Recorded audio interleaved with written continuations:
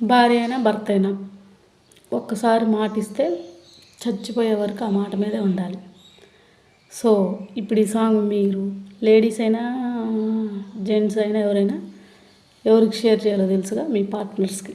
Okay.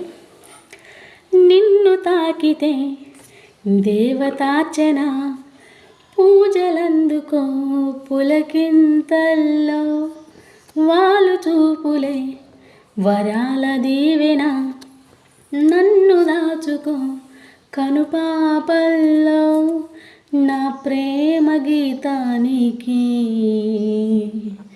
నీవేలే తొలి అక్షరం, నా ప్రేమ పుట్టింటికి నీవేలే దీపాంకురం,